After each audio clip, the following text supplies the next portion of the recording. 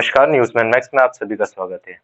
भोपाल के जयप्रकाश अस्पताल में रोगी कल्याण समिति में कार्यरत कर्मचारियों को भी संविदा एनआरएचएम कर्मचारियों के समान वेतन तथा अन्य सुविधाएं देने के संबंध में सभी कर्मचारियों ने धरना प्रदर्शन किया।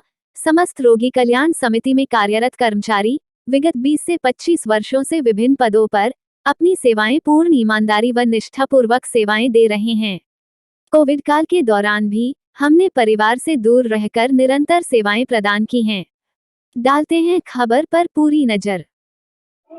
मध्य प्रदेश की विधानसभा सत्र चालू हो चुका और विधानसभा सत्र चालू होने के साथ साथ हमारे चिकित्सा कर्मचारी अपनी मांगों को लेकर जेपी अस्पताल के अंदर धरने पे बैठे हुए हैं, क्योंकि उनकी मांगें लगातार शासन द्वारा नहीं सुनी जा रही है।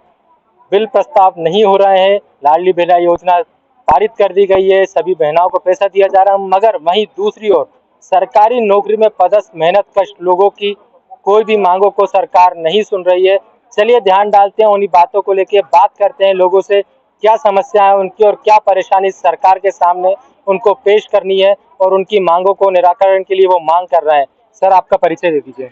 मैं अंबर चौहान, प्रदेश अध्यक्ष Indian pharmacist association Madhya Pradesh एवं प्रदेश प्रवक्ता स्वास्थ्य अधिकारी कर्मचारी महासंघ। आज किन मांगों को लेकर आप लोग यहाँ उपस्थित हुए हैं, कौन सी मांगे हैं? जैसा कि आप जानते हैं, हम लोग लगातार पिछले कई दिनों से सरकार के सामने हमारी जो छोटी छोटी बेसिक मांगे हैं उसको लेकर के हम लोग मिलते रहे हैं, ज्ञापन देते रहे हैं। और तो हम लोगों ने एक महासंघ का निर्माण किया था, समस्त कैडर के सारे यूनियन ने मिलकर के, और उसके तहत 41 सूत्री मांगों का हमने ज्ञापन सरकार को दिया था। उन मांगों पर सहमति भी बन गई थी और उसके बाद उसका निराकरण भी होना था, लेकिन उसके रिजल्ट आज तक नहीं आए हैं। इसीलिए मजबूरीवश हम लोगों को हड़ताल पे जाना पड़ा है। सर, अगर हड़ताल के बाद भी सरकार आपकी मांगे नहीं सुनती है तो फिर क्या आपका अगला कदम रहेगा? नहीं, हमें पूरी उम्मीद है, प्रदेश की जो सरकार है और बहुत ही जनहितैषी सरकार है, और तो उम्मीद हम करते हैं माननीय मुख्यमंत्री जी देना भी चाहते हैं, वो दे भी रहे हैं सभी लोगों को। उनसे हमारी व्यक्तिगत भेंट हुई थी और उन्होंने कहा था कि आपकी जो भी मांगे हैं उसको पूरा हम करेंगे, आप निश्चिंत रहें। लेकिन उसके बाद भी जो हमारे बीच में बैठे हुए अधिकारी कुछ लोग ऐसे हैं जो शायद इसको पूरा नहीं होने देना चाह रहे हो या कोई प्रॉब्लम आ रही हो तो उसको हम दूर करें।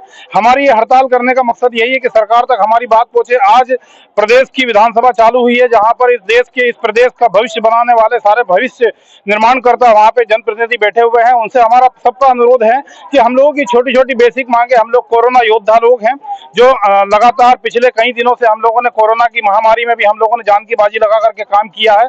तो हमारी ये छोटी छोटी मांगे हैं, इनको अनदेखा ना करके इनको भी शॉर्ट लिस्ट करें।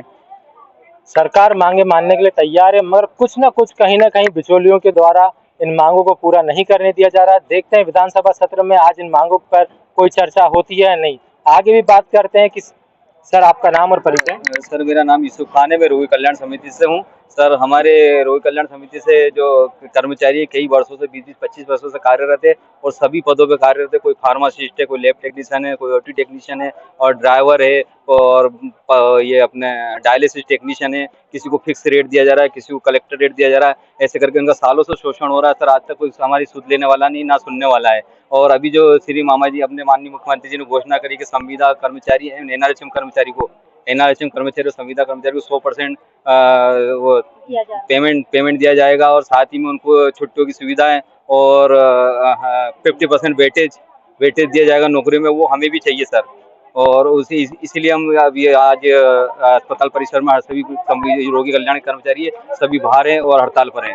सतपुड़ा के कई कर्मचारियों को नियमित कर दिया गया, सरकारी सारी सुविधाएं उनको दे रहे हैं, मगर क्या बात है कि लगातार चिकित्सा विभाग की ओर ध्यान नहीं है। सर, यही एक कारण है हमारा हड़ताल करने का, और कोई दूसरा रीजन नहीं है कि हमारी ओर ध्यान नहीं दिया जा रहा है। वर्षों से हमारी मांगे निलंबित पड़ी है और ना ही अभी आज तक कोई हमारी सुध ली गई है, और इसी कारण को लेकर आज सब हम एक उस पे है, एकजुट होकर बाहर हैं, आज हड़ताल पर हैं। सभी एक साथ एक बैनर के नीचे, एक फल के नीचे आ चुके हैं।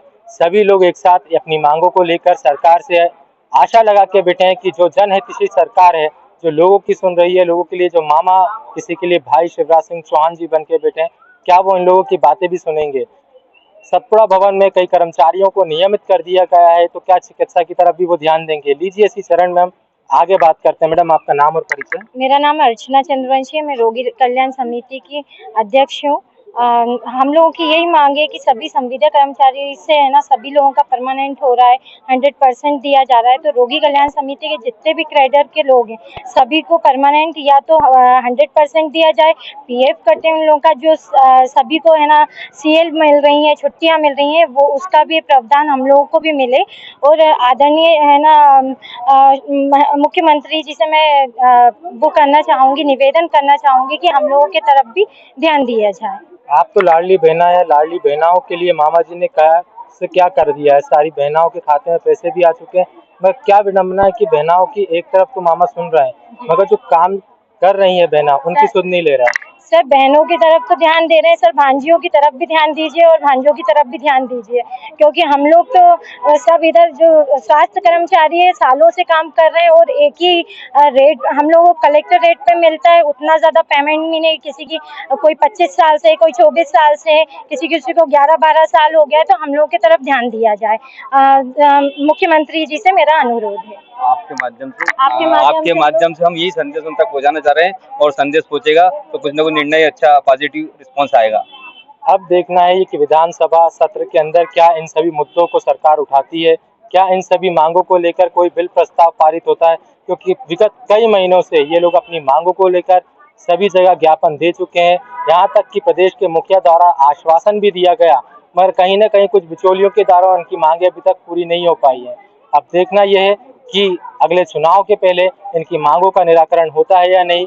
हम मांग करते हैं कि इनका जल्द से जल्द इनकी सुनवाई हो और इनका निराकरण हो, क्योंकि कई वर्षों से ये अपनी कुछ मुख्य मूलभूत मांगों को लेकर सरकार के सामने अनुग्रह करते आ रहे हैं कि हमारी जो मूलभूत सुविधाएं वो हमें दें। एनएमएम न्यूज़ के साथ मैं मनीष राजू।